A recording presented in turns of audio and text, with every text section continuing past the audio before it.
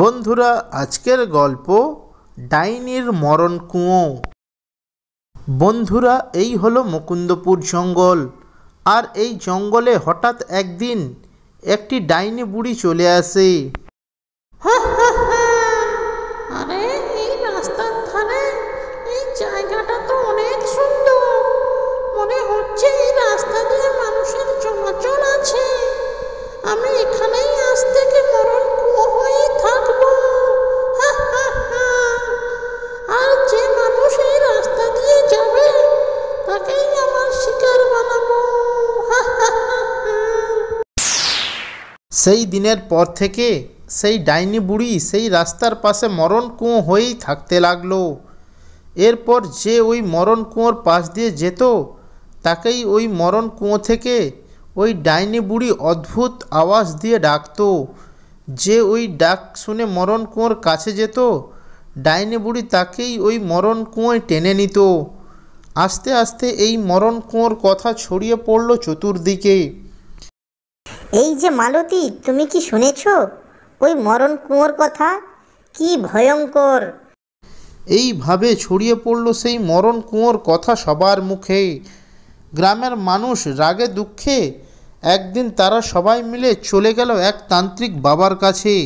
গ্রামের মানুষ সেই তান্ত্রিক বাবার কাছে গিয়ে সমস্ত ঘটনা খুলে বলল।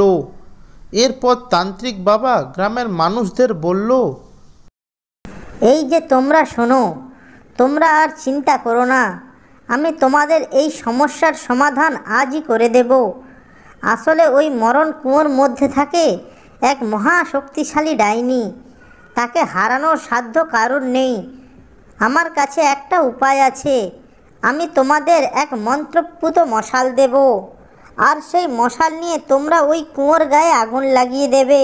তবেই ওই ডাইনি ওই মন্ত্রপুত আগুনে জ্বলে পুড়ে ভস্ম হয়ে যাবে।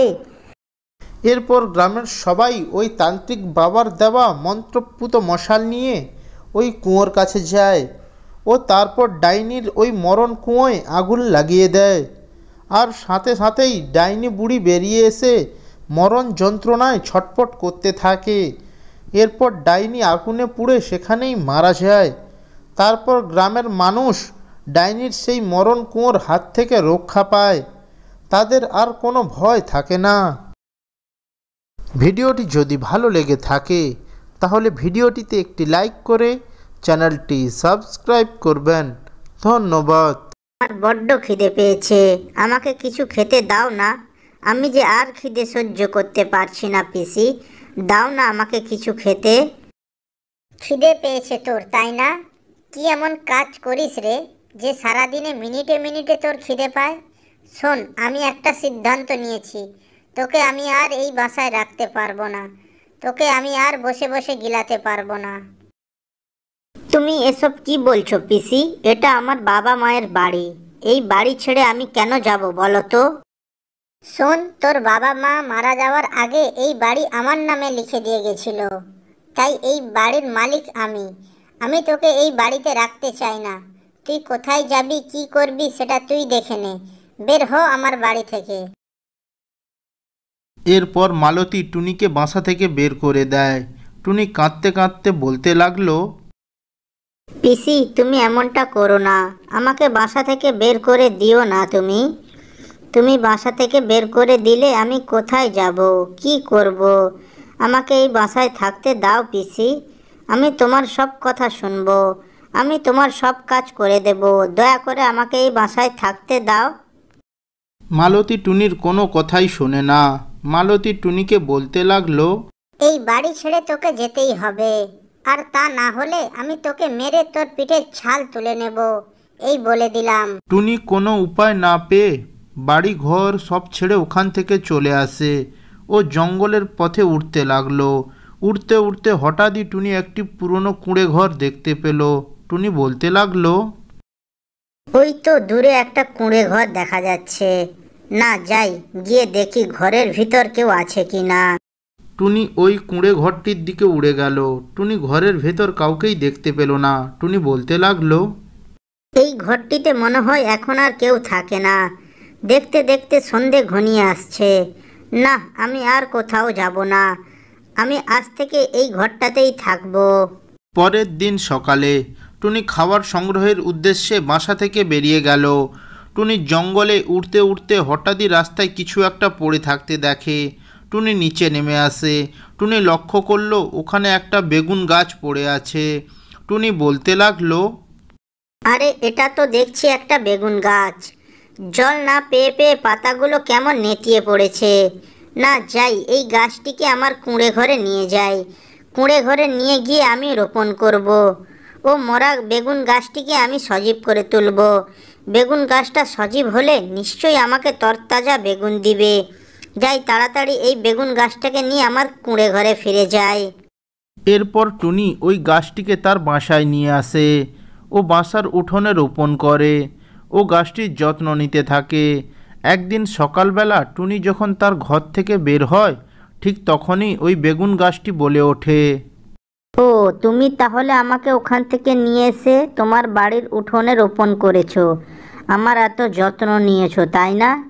তাই তো বলি, চোখ খুলে আমি নিজেকে এত সজীব দেখছি কেন? এ কি বেগুন গাছ, তুমি কথা বলছো কিভাবে? এ কি, আমি রাস্তা থেকে কোনো রাক্ষসী বেগুন গাছ তুলে আনলাম না তো? হায় হায় রে, ভেবেছিলাম বেগুন গাছটা বড় হলে আমাকে বেগুন দিবে। এখন তো দেখছি বেগুন গাছটা বড় হলে আমাকেই গিলে খাবে। ওরে বাবা রে, আবার কেমন বেগুন গাছ যে আবার কথা বলতে পারে। না না, তুমি আমাকে দেখে ভয় পেও না। আমি কোনো রাক্ষসী গাছ নই গো, আমি হলাম জাদুই বেগুন গাছ। তা তুমি এই কুঁড়ে ঘরে একাই থাকো বুঝি? কেউ নেই তোমার সাথে? না গো, আমার কেউ নেই, বড্ড একা আমি। আমি এই কুঁড়ে ঘরে একাই থাকি, আমার কষ্টের কথা শোনার মতো কেউ নেই। কি কষ্ট তোমার, আমাকে বলো, আমি তোমার কষ্টের কথা শুনতে চাই। বলো বলো আমাকে। শুনবে তুমি আমার কষ্টের কথা? শোনো তবে। এরপর টুনি ওই বেগুন গাছটিকে তার কষ্টের কথা বলতে থাকে। টুনির কষ্টের কথা শুনে বেগুন গাছটি কান্না করতে থাকে। টুনি বলতে লাগলো, এ কি, তোমার চোখ থেকে জলের পরিবর্তে সোনার মোহর পড়ছে কি করে? টুনির এমন কথায় বেগুন গাছটি বলতে লাগলো, আমি তো তোমাকে আগেই বলেছি, আমি কোনো সাধারণ বেগুন গাছ নই। তোমার তো অনেক কষ্ট, তাই না? তুমি আমার এই মোহরগুলি নিয়ে বাজারে যাও। এই মোহরগুলি বিক্রি করে তুমি অনেক টাকা পাবে। এতে তোমার অভাব অনটন কেটে যাবে। সত্যি তুমি কাঁদলে মোহর পড়ে? আবার এই মোহরগুলো তুমি আমাকে দিবে? তাহলে তো আমার আর কোনো কষ্ট থাকবে না। এরপর টুনি ওই সোনার মোহরগুলি নিয়ে গিয়ে বাজারে বিক্রি করে। ও অনেক টাকা পায়। তারপর থেকে টুনি ওই জঙ্গলে সুখে শান্তিতে বসবাস করতে থাকে।